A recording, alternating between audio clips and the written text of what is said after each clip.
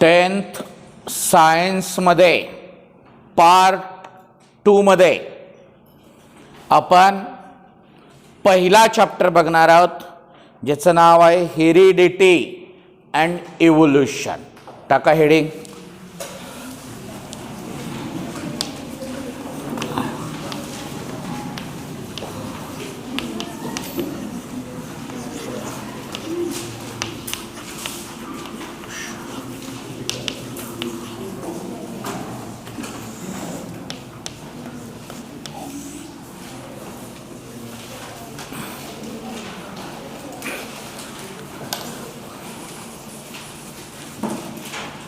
आपण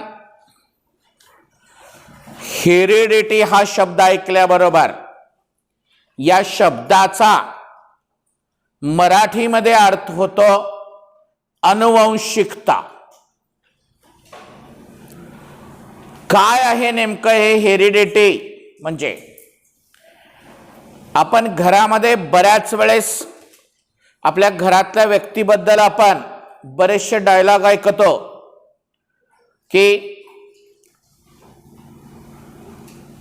हा आईसारखा आहे, आईसारखी आहे, आजोबासारखा आहे, आजीसारखी आहे. मग ते आपल्या आईचे आई वडील असतील किंवा वडिलाचे आई वडील असतील, ह्यांच्यापासून काही कॅरेक्टर आपल्यापर्यंत येत असतात. ते कॅरेक्टर जे येत असतात ते कॅरेक्टर म्हणजे डीएनए. तो कॅरेक्टर कोणता येतो आपल्यामध्ये? DNA, deoxyribonucleic acid.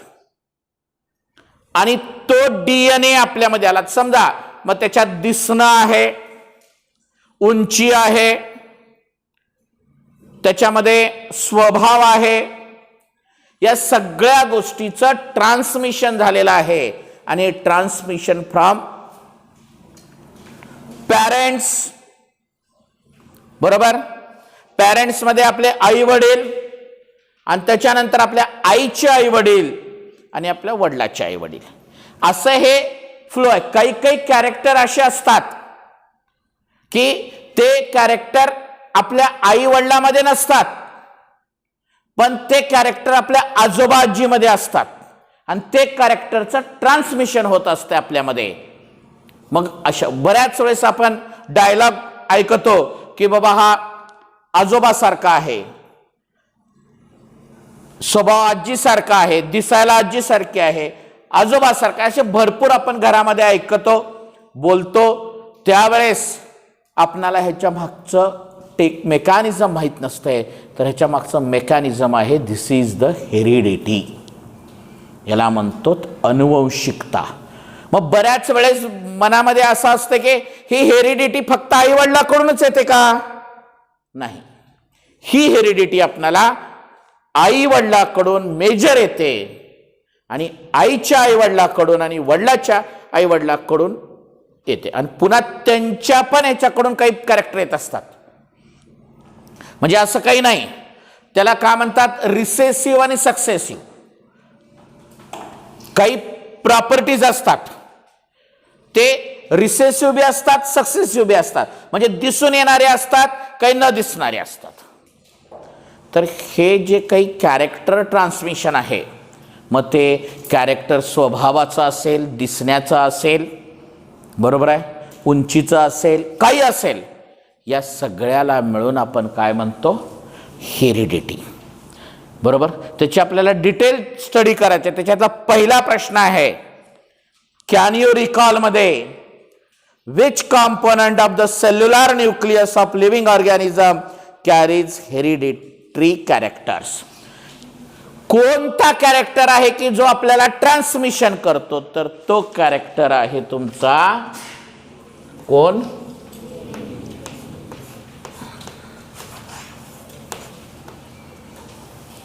Deoxy ribo nucleic acid असं ह्याचं लॉंग फॉर्म आहे. काय सांगा?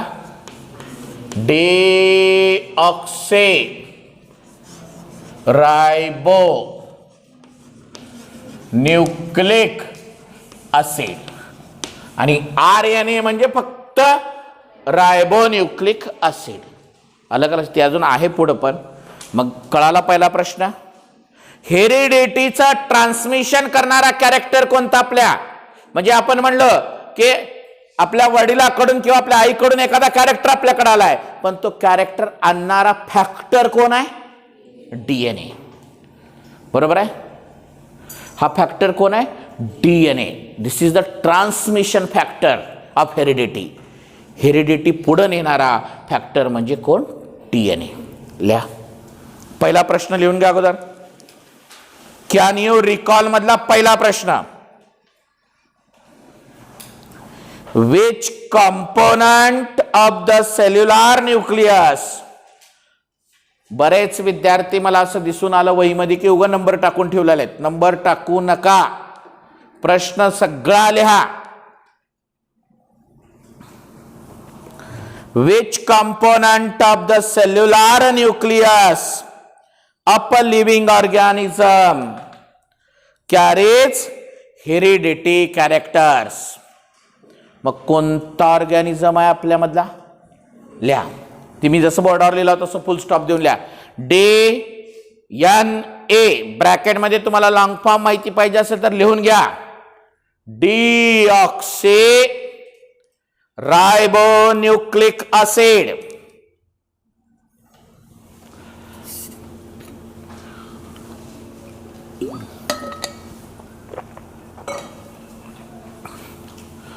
deoxyribonucleic acid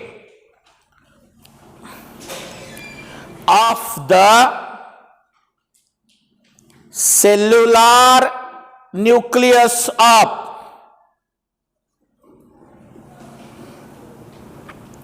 living organism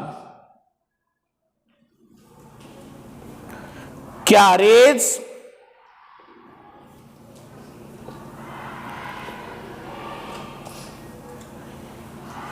hereditary characters.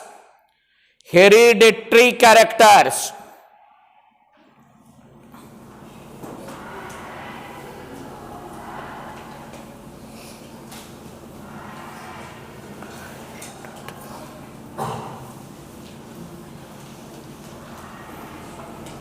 दूसरा क्वेश्चन लिहून घ्या.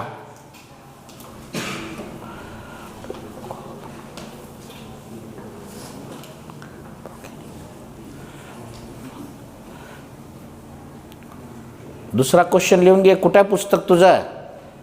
देवारा आहे का घरात? ठेव तिथं. आणि एक सत्यनारायणची पूजा ठेवू द्या आणि आम्हाला सगळ्याला जेवायला बोलू. पुस्तक घरी ठेवून का पाऊन किमतीला ऐकायचे पुढल्या वर्षी?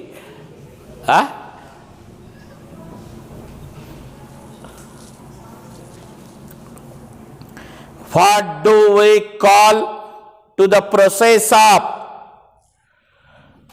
What do we call to the process of transfer of physical and mental characters? Physical and mental characters from the parents to the progeny. To the progeny. PROGENY. Progeny म्हणजे पाल्य, अपत्य.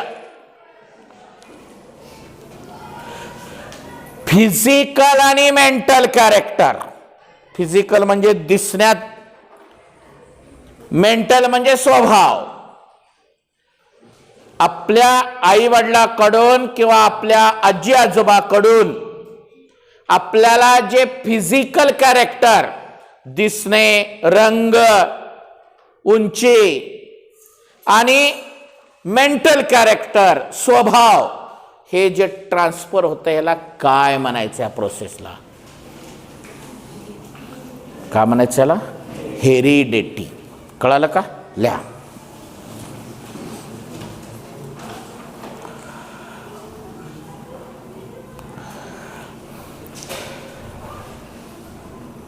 The process of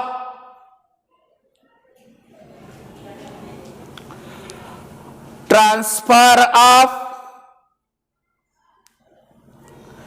physical and mental characters,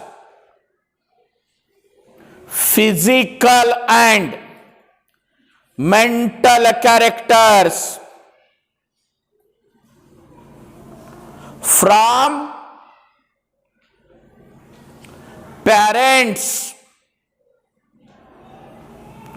to progeny is called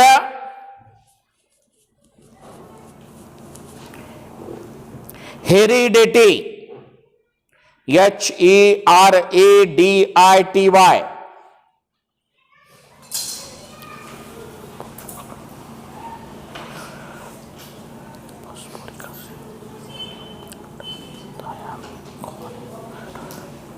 तीसरा question लिहून घ्या.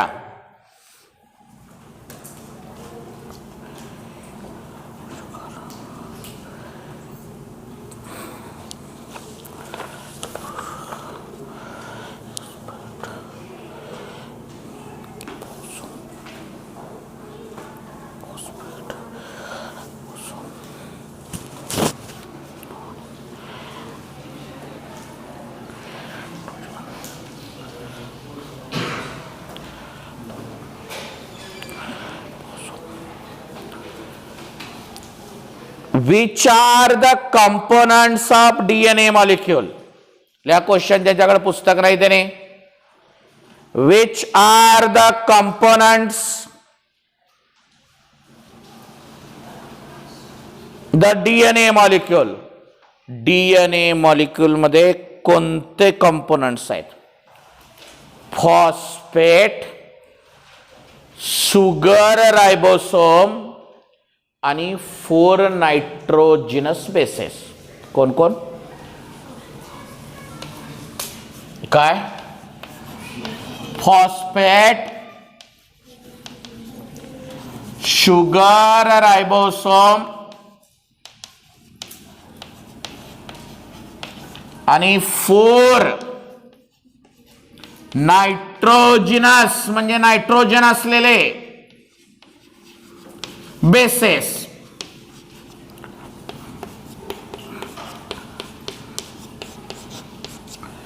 पहिला कोण? Phosphate. दुसरा कोण? शुगर रायबोसोम. तिसरा कोण? 4 नायट्रोजिनस बेसेस. मग ते 4 कोणते? ॲडेनिन, ग्वानिन, थायामिन आणि सायटोसाइन. कोण कोण सांगा? ॲडेनिन, ग्वानिन, थायामिन आणि सायटोसाइन. कोण कोण सांगा? ॲडेनिन, ग्वानिन, सायटोसाइन. खाली वरी लिहिलं तर काही फरक पडत नाही. थायामिन. हे 4 नायट्रोजिनस बेस आहेत का? या प्रत्येकामध्ये नायट्रोजन आहे. प्रत्येकामध्ये कोण आहे? मग डीएनए मध्ये कोण आहे म्हणलं तर 3 फॅक्टर. कोणते सांगा?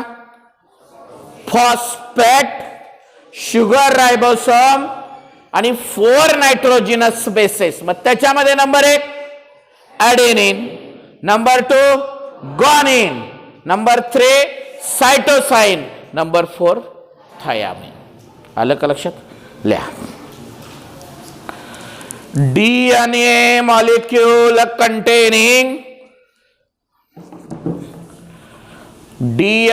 molecule containing number 1 phosphate, number 2 sugar ribosome, number 3 4 नायट्रोजिनस bases. आणि त्याच्या खाली 1 2 3 4 नंबर टाकून लिहा. 4 नायट्रोजिनस बेसेस. बोर्डावर 4 नाव आहेत ते लिहा.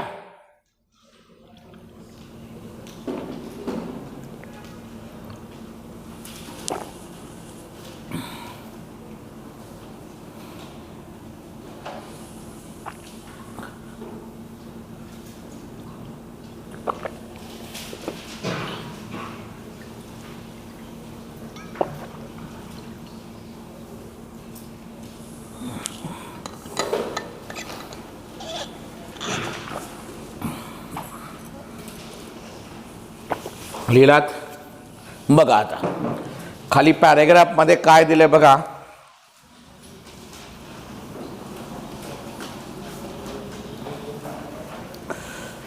Heredity, you know that. आधी बघू पूर्ण मग त्याचे पॉइंट लिहून घेऊ. Heredity is the transfer of biological character. Heredity कुणाला म्हणायचा? Transfer of biological character from one generation to other generation through genes. Through genes. काय सांगा? ट्रान्सफर ऑफ हेरिडिटीची डेफिनेशन त्या क्वेश्चन आन्सरिंग मध्ये लिहायची नाही, ही लिहायची. कोणते?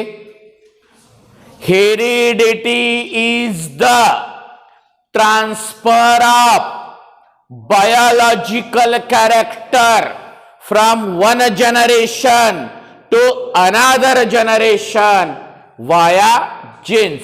कुणाच्या माध्यमातून? जीनच्या. त्याला म्हणतो आपण हेरिडिटी. हे एक पॉइंट लिहायचं आहे. बघा पुढं. Johann Gregor Mendel is a pioneer of the modern genetics. हे जे हेरिडिटी जेनेटिक्स ह्याचा मेन कोण आहे? जनक म्हणतो आपण त्याला मराठीमध्ये. तर कोण आहे? Johann Gregor Mendel is the pioneer of this heredity character. Genetic म्हणतात ह्याला, म्हणजे त्या हेरिडिटीचा अभ्यास करणाऱ्या फील्डला काय म्हणतो आपण? Genetics. Around the period of 1886, 1886 चा कालखंड आहे. It took a long time for him to understand the conclusion of his research about heredity. In 1901, the reason behind the sudden changes were understood due to the mutational theory of Hugo de Varis.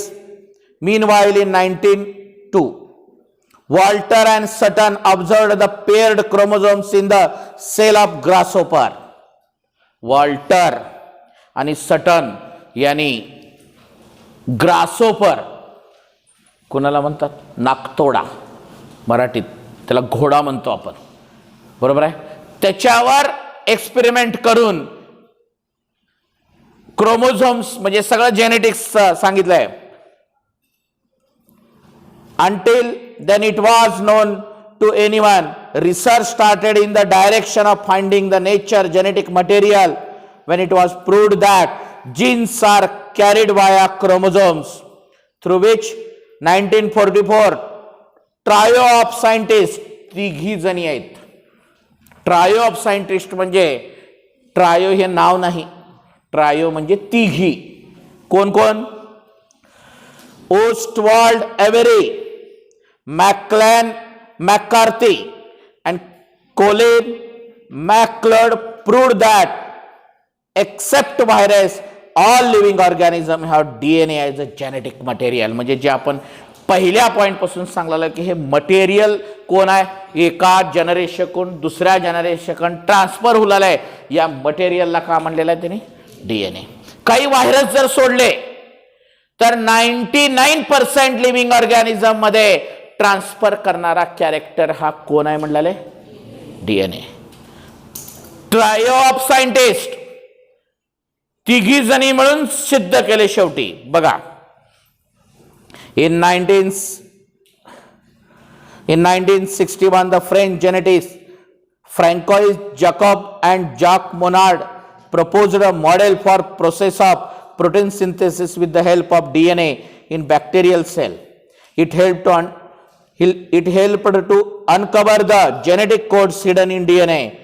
सगळं बघायचं आपल्याला पुढे बरं का. Genetic code काय, coding काय आहे सगळं खाली.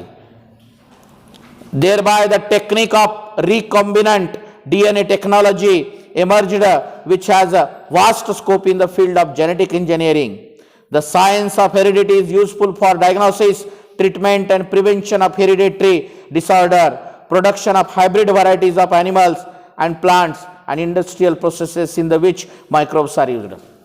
कधी जर आपण आयुर्वेदिक डॉक्टरकडे जर गेलो तर समजा आपल्याला काहीतरी झालंय असं आपण त्याला दाखवण्यासाठी गेलो, त्याने हिस्ट्री चालू करताय. आपण चांगला लाव आपल्या आजाराचं, बरोबर आहे का? बाबा माझी BP वाढली असं म्हणून जर आपण त्यांना गेलो, मग त्यानं पहिला प्रश्न विचारते, घरात आईला होती का BP, वडिलाला होती का BP, आईच्या आई वडिलाला होती का. आपल्याला वाटतं हे मला तपासणार आहे का त्यांना तपासणार आहे, असं वाटू शकते की नाही. पण ते नाही, करेक्टच आहे. ते त्यांनी कशाचा अभ्यास करतात म्हणजे हेरिडिटी आलेला आहे का हा. मग हेरिडिटीनं आलेला असेल तर तो कॉमन असतो. काही असतात आजार, ते आजार आपल्या जनरेशनकडून दुसऱ्या जनरेशनकडे पास होत असतात आणि त्याच्यावरून डायग्नॉसिस करणं सोपं जात आहे. बाय द BP 2 प्रकारे असते, वाढते. हायपरटेन्शननं वाढते आणि हेरिडिटीनं आलेली असते, बरोबर आहे. मग त्यांना डायग्नोस करण्यासाठी ही हिस्ट्री लागते. 1 घंटाभर त्यानं सगळं आपलं खानदान विचारते डॉक्टर. मग का वाटतं आपल्याला हे ना मला तपासणार आहे का सगळ्या खानदानाला तपासणार आहे असं वाटतं. पण ते चुकीचं नाही, मला सांगायचं आहे. मला मी काय सांगायचं आहे, लास्ट काय वाक्य सांगा बघा. The science of heredity is useful for diagnosis, treatment and prevention of hereditary disorder, production of hybrid varieties of animals and plants in industrial processes in which microbes are used. कळलं. म्हणजे हे चुकीचं नाही, हे हिस्ट्री विचारली जाते कारण त्या रोगाचं डायग्नोसिस करणं, प्रिव्हेन्शन करणं आणि त्याच्यावर इलाज करणं त्या डॉक्टरला सोपं जावं. तर या पॅरेग्राफमध्ये काही पॉईंट्स तयार झालेले आहेत, मी सांगतो. आधी दिल्या हेरिडिटीची डेफिनेशन, हेडिंग टाका हेरिडिटी आणि अंडरलाईन करून इन्व्हर्टेड कॉम्यात लिहायचं आहे. Heredity is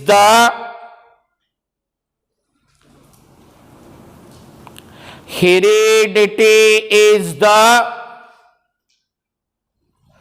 transfer of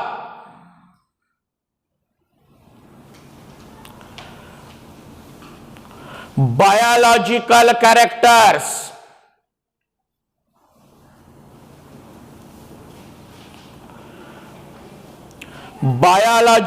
characters from one generation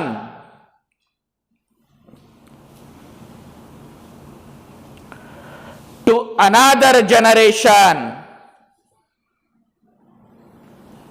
via VIA genes inverted comma close. परत इज नोन इज म्हणायचं नाही बरं का, कारण वरीच सुरुवात करताना आपण काय म्हणलं, हेरिडिटी इज द. पहिला पॉइंट टाका खाली.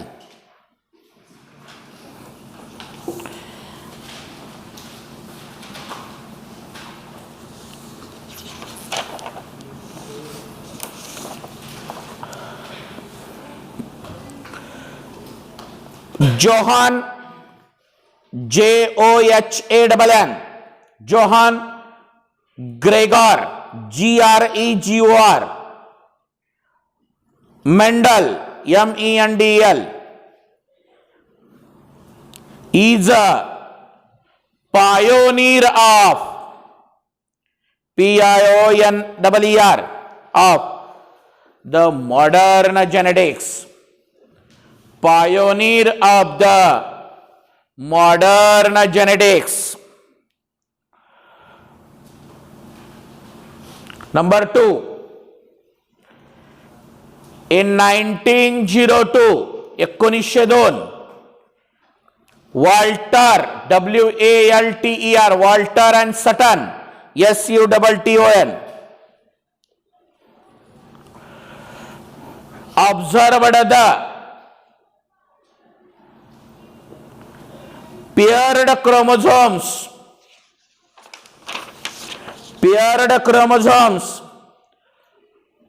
in the cell of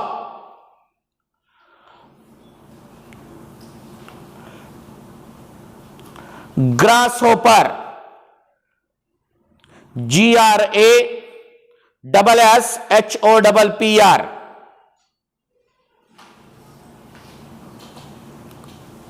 Third point, in 1944 trio of scientists, तुमच्याकडे पुस्तक असेल तर तिथं बघून स्पेलिंग करेक्ट लिहा.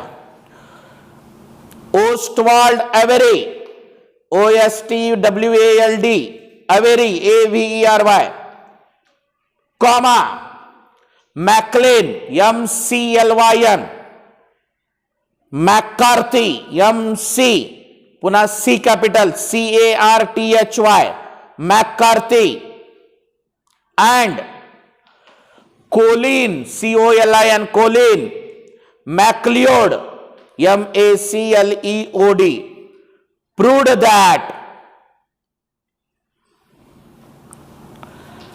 except virus सोडून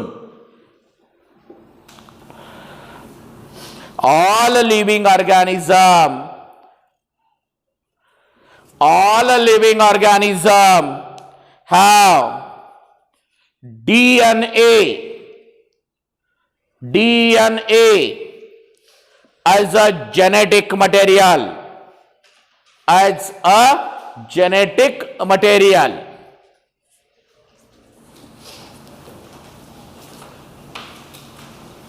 पुढचा पॉइंट चौथाच का?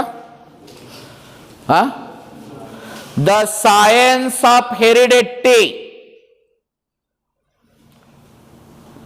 Is useful for diagnosis,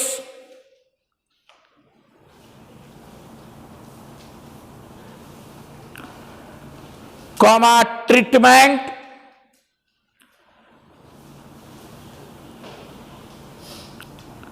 and prevention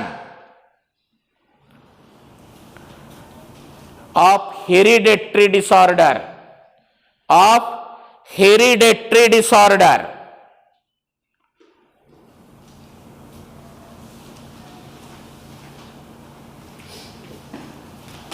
कळालं?